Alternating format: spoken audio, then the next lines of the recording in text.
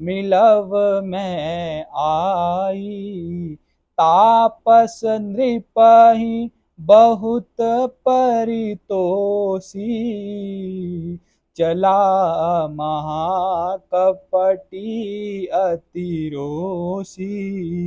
भानु प्रतापहि बाजी समेता, पहुँचायसी क्षण माजनिकेता। नृपहि नारी पहि शयन कराई, हिया गृह हयगृह बांधेसी बाजी बनाई। राजा के उपरोहित ही हरि ले गयहु बहोरी। ले राखिस गिरि गोह महू, माया करी मति भोरी।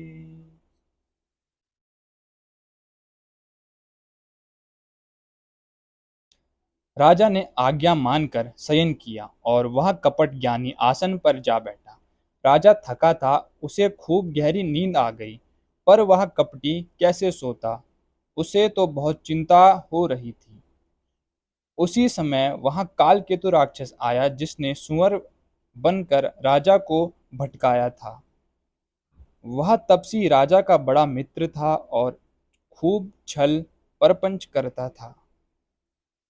उसके 100 पुत्र और 10 भाई थे, जो बड़े ही दुष्ट, किसी से न जीते जाने वाले और देवताओं को दुख देने वाले थे।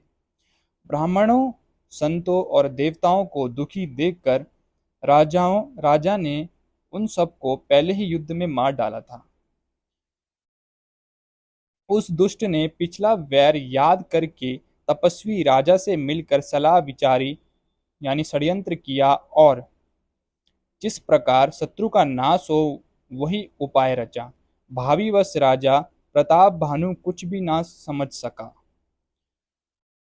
तेजस्वी शत्रु अकेला भी हो तो उसे छोटा नहीं समझना चाहिए।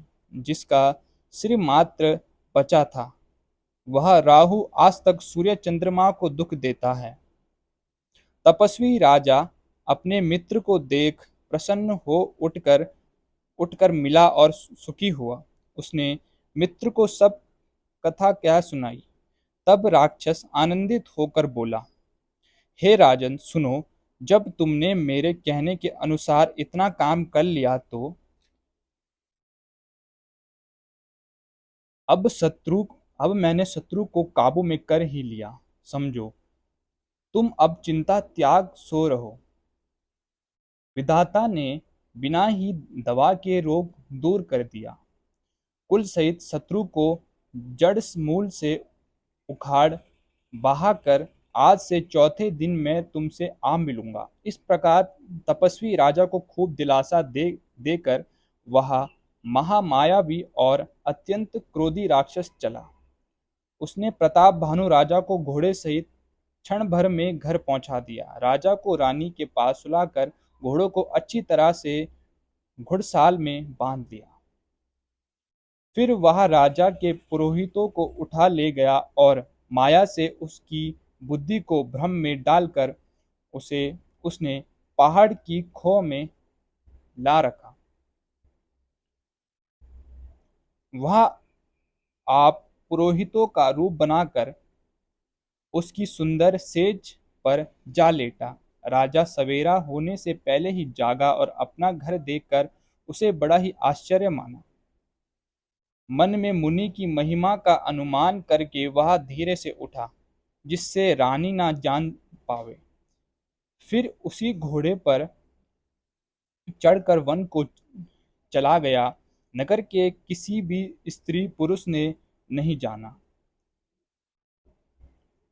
दोपहर बीत जाने पर राजा आया। घर घर उत्सव होने लगे और बधावा बजने लगा। जब राजा ने पुरोहितों को देखा, तब वह अपने उसी कार्य का स्मरण कर उसे आश्चर्य से देखने लगा। राजा को 3 दिन युग के समान बीते। राजा को 3 दिन युग के समान बीते। उसकी बुद्धि कपटी मुनि के चरणों में लगी रही। निश्चित समय जानकर पुरोहित बना हुआ राक्षस आया और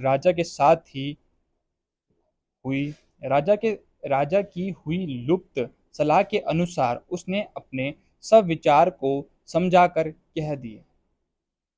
संकेत के अनुसार गुरु को उस रूप में पहचान कर राजा प्रसन्न हुआ। ब्रह्मवश उसे चेत ना रहा कि यह तापस मुनि है या काल केतु राक्षस। उसने तुरंत 1 लाख उत्तम ब्राह्मणों को कुटुंब सहित निमंत्रण दे दिया। हरे राम राम राम सीता राम राम राम, हरे राम राम राम सीता राम राम राम। बोलो सियावर रामचंद्र भगवान की जय।